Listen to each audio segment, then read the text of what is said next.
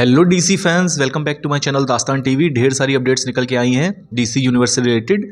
आपको पता होगा डायनेमिक डीओ का जो प्रोजेक्ट था हम ऑलरेडी जानते थे ये एल्सवर्ल्ड प्रोजेक्ट होने वाला है, लेकिन तब भी बहुत से डीसी फैंस थे जिनके दिमाग में कन्फ्यूजन थी, कहीं ऐसा तो नहीं कि ये डीसी यूनिवर्स का पार्ट हो।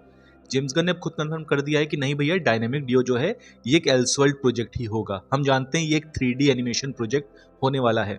अच्छा, एक और बहुत इंटरेस्टिंग चीज पता चल रही है, अभी कंफर्म नहीं हुई है कि जो ओवरऑल वाइब होने वाली है इस प्रोजेक्ट की वो दरअसल बर्टन वर्स जैसी होगी। यानी माइकल कीटन का हमारा जो बैटमैन वाला यूनिवर्स था, थोड़ी वैसी वाइब हमको इस प्रोजेक्ट में देखने को मिल सकती है। अब गाइज यहाँ पे एक सवाल उठता है, क्या जेम्स गन इवेंचुअली एक बैटमैन बियॉन्ड प्रोजेक्ट के लिए भी जाएंगे कि नहीं जाएंगे, ये देखना इंटरेस्टिंग होगा। अगर आप डीसी फैन हैं और अगर आप डीसी एक्सटेंडेड यूनिवर्स के पहले से डीसी के फैन हैं तो आपको पता होगा एक जमाने से डीसी फैंस डिमांड कर रहे हैं कि बैटमैन बियॉन्ड का प्रोजेक्ट बने।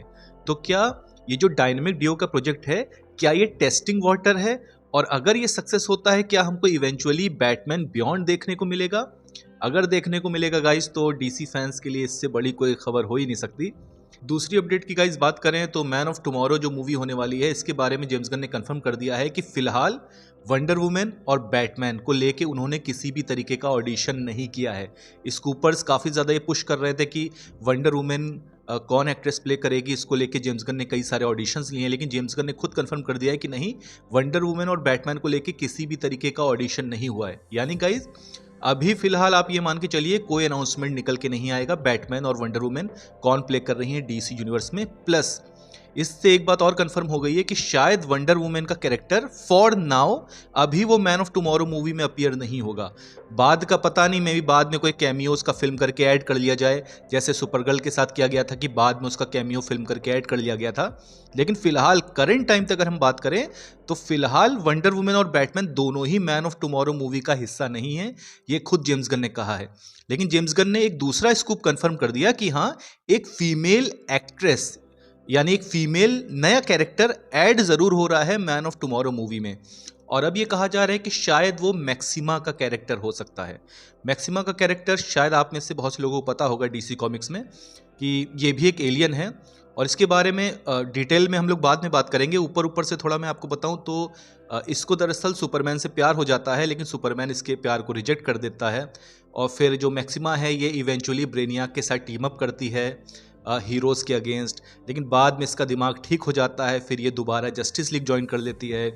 और आगे इसकी जो स्टोरी लाइन रही है उसमें ये सुपरगर्ल के साथ भी टीम अप करती है। थोड़ा आपको आइडिया हो गया होगा मैं क्या कहना चाह रहा हूँ। तो इस टाइप का ये कैरेक्टर है, तो इसके बारे में कहा जा रहा है कि शायद ये मैन ऑफ टुमारो मूवी में अपीयर हो सकता है। और अगर ये अपीयर होगा तो जैसा कि मैंने बताया ये ब्रेनियाक के साथ काम करेगा। अच्छा, जो सबसे ज़्यादा इंटरेस्टिंग अपडेट निकल के आई वो ये कि जो हमारे सिनेमेटोग्राफर होने वाले थे मैन ऑफ टुमारो के, हेनरी ब्राहम, वो दरअसल अब सिनेमेटोग्राफर नहीं रहेंगे और नया सिनेमेटोग्राफर मिल गया है अब मैन ऑफ टुमारो मूवी को, वो है सैम मैकर्डी। सैम मैकर्डी के बारे में आप में से बहुत से लोग ऑलरेडी जानते होंगे, गेम ऑफ थ्रोन्स पे ये वर्क कर चुके हैं, शोगन पे ये वर्क कर चुके हैं, डिसेंट मूवी की ये सिनेमेटोग्राफी कर चुके हैं। ये कुछ मैं पिक्स लगा रहा हूँ ताकि आपको आइडिया हो जाए इनकी सिनेमेटोग्राफी किस टाइप की है। और आपको थोड़ा सा फील आ ही गया होगा कि थोड़ा सा डार्कर सिनेमेटोग्राफी, थोड़ा सा डार्कर कलर ग्रेडिंग की तरफ हम जाएंगे इस बार, क्योंकि हम ऑलरेडी जानते हैं जेम्स गन ने ऑलरेडी ये कहा हुआ है कि मैन ऑफ टुमारो मूवी जो होने वाली है वो थोड़ा सा लेस कॉमिक बुकी होगी और थोड़ा सा डार्कर टोन होगी इन कंपैरिजन टू सुपरमैन। अब आप जानते हैं इसमें ब्रेनिया का कैरेक्टर अपीयर होने वाला है। जेम्स गन ने यह भी कहा था कि जो ब्रेनिया का कैरेक्टर है मूवी में जो होने वाला है उसके लिए उन्होंने कई सारे कॉमिक बुक वर्जन से इंस्पिरेशन लिया है। और उन्होंने गाइस एब्सोल्यूट सुपरमैन का हमारा जो ब्रेनियाक है, जो आपको पता है पूरे तरीके से एक साइको है, उसका भी उन्होंने बताया कि हमने यहाँ से भी इंस्पिरेशन लिया है। तो भैया उस वाले ब्रेनियाक का अगर 5% भी इंस्पिरेशन लिया होगा इन्होंने तो बहुत ज़्यादा डार्क वर्जन होने वाला है ब्रेनियाक का ये। तो मे भी शायद इसलिए सिनेमेटोग्राफर को चेंज किया जा रहा है मैन ऑफ टुमारो मूवी में। अब जेम्स गन है, उन्होंने जो भी डिसीजन लिया होगा वो मूवी को देख के ही लिया होगा कि मूवी की रिक्वायरमेंट क्या है। लेकिन तब भी एक बात आप समझ लीजिए, मैन ऑफ टुमारो की जो टोन है वो थोड़ी सी डार्कर होने वाली है in comparison to Superman movie, और ये चीज़ सही भी है गाइस। इसी से हमारा जो सुपरमैन है डेविड कॉन्सवेट का, उसका कैरेक्टर डेवलपमेंट होगा। यानी उसका पहला प्रोजेक्ट एक बहुत ज़्यादा वाइब्रेंट विविड कलर वाला सराउंडिंग है उसकी, लेकिन उसका अगला जो मिशन है, उसका जो यानी अगला जो उसके सामने डेंजर आ रहा है, जो खतरा आ रहा है, वो थोड़ा सा डार्कर टेक है। तो धीरे धीरे जब ये चीज़ चेंज होती है तो कैरेक्टर का हमारे डेवलपमेंट होता है। हमारा सुपरमैन जो रे ऑफ होप है वो कैसे डिफरेंट डिफरेंट सिचुएशन में अपनी कोर वैल्यूज़ को पकड़ के चलता है, कैसे लोगों में होप जगाता है, यही होता है कैरेक्टर डेवलपमेंट किसी कैरेक्टर का। और आपको पता है फिर इवेंचुअली वो जाके एक ऐसे बंदे से मिलेगा, बैटमैन से, जो रात में काम करता है, जो एलिज में विलन्स से लड़ता है। तो आप समझ रहे हैं धीरे धीरे इवेंचुअली वो ऐसे करके बैटमैन से मिलेगा और दो पोलर अपोजिट कैरेक्टर्स जो बिल्कुल डिफरेंट सेटिंग में काम करते हैं उनको टीम अप करके जस्टिस लीग में वर्क करना पड़ेगा, वर्ल्ड फाइनेस्ट में वर्क करना पड़ेगा। यही जस्टिस लीग की खूबसूरती है, यही वर्ल्ड फाइनेस्ट की खूबसूरती है कि दो ऐसे कैरेक्टर जो बिल्कुल पोलर अपोजिट हैं, एक बहुत डार्क है और एक बहुत ज़्यादा होपफुल कैरेक्टर है, ये दोनों जब एक टीम में वर्क करेंगे तो हमें कैसा रिजल्ट देखने को मिलेगा। यही गाइस वर्ल्ड फाइनेस्ट और जस्टिस लीग की खूबसूरती है। तो ये जो टोन चेंज की जा रही है मैन ऑफ टुमारो में, ये दरअसल सुपरमैन के कैरेक्टर डेवलपमेंट के लिए बहुत अच्छी चीज़ है। तो हम लोग को इससे बहुत ज़्यादा खुश होना चाहिए। और यही चीज़ कंप्लेन भी रही मेरी डीसी एक्सटेंडेड यूनिवर्स से। मैंने कई बार इसके बारे में बात भी की हुई है कि मैन ऑफ स्टील मूवी के बाद जो सबसे बड़ी गलती रही थी वार्नर ब्रदर्स की, वो ये कि उन्होंने मैन ऑफ स्टील 2 नहीं बनाई थी। वो डायरेक्ट पैसे के ग्रीड में, पैसे के लालच में वो डायरेक्ट जंप मार के बैटमैन वर्सेस सुपरमैन में चले गए थे। उनको मैन ऑफ स्टील 2 बनानी चाहिए थी जिसमें हमारा हेनरी कैविल का जो सुपरमैन था उसको कैरेक्टर डेवलपमेंट देखने को मिलता, वो एक रे ऑफ होप बनता, एक सुपरमैन बनता जिसको हम जानते हैं कॉमिक बुक वाइज।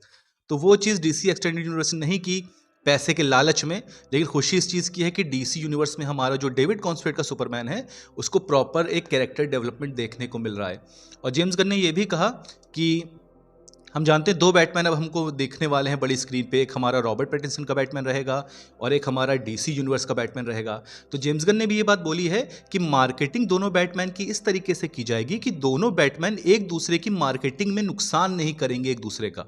यानी फॉर एग्जाम्पल अगर द बैटमैन 2 से रिलेटेड कोई बहुत ज़्यादा इंपॉर्टेंट इन्फॉर्मेशन अनाउंस हुई है तो जो डीसी स्टूडियो है वो थोड़ा सा टाइम देगा इस न्यूज़ को कि वो वायरल हो जाए, लोग इस पर डिस्कशन करें और ये न्यूज़ अच्छे तरीके से मार्केट हो जाए, तब जाके वो डीसी यूनिवर्स के बैटमैन की इन्फॉर्मेशन देंगे। यानी ऐसे नहीं करेंगे वो लोग कि 2 बड़ी बड़ी इन्फॉर्मेशन पैरेलल में एक साथ दे दी और मार्केटिंग में दोनों एक दूसरे का नुकसान कर रही हैं। तो जेम्स गन ने क्लियरली कहा कि मार्केटिंग जब की जाएगी दोनों बैटमैन की, वो कायदे से की जाएगी ताकि ये दोनों मार्केटिंग स्ट्रेटेजी एक दूसरे का नुकसान न करें। तो मेरे ख्याल से गाइज ये तो एक मास्टर स्ट्रोक है और बहुत बढ़िया डिसीजन है जेम्स गन की तरफ से। तो गाइज आप जरूर कमेंट सेक्शन में बताइएगा भैया सैम मैकर्डी जो हैं वो नए सिनेमेटोग्राफर बन गए मैन ऑफ टुमारो के, थोड़ा सा डार्कर टोन की तरफ जा रहा है सुपरमैन का सीक्वल फॉलो अप, आपके ख्याल से क्या ये गुड न्यूज़ है? और गाइज आप जरूर बताइएगा कि आप चाहते हैं बैटमैन बियॉन्ड का प्रोजेक्ट हमको फ्यूचर में देखने को मिले अगर डायनेमिक ड्यू एक बॉक्स ऑफिस सक्सेस होता है? प्लीज़ कमेंट सेक्शन में ज़रूर बताइएगा और डीसी अपडेट्स के लिए मेरे चैनल को सब्सक्राइब करिए। Thank you.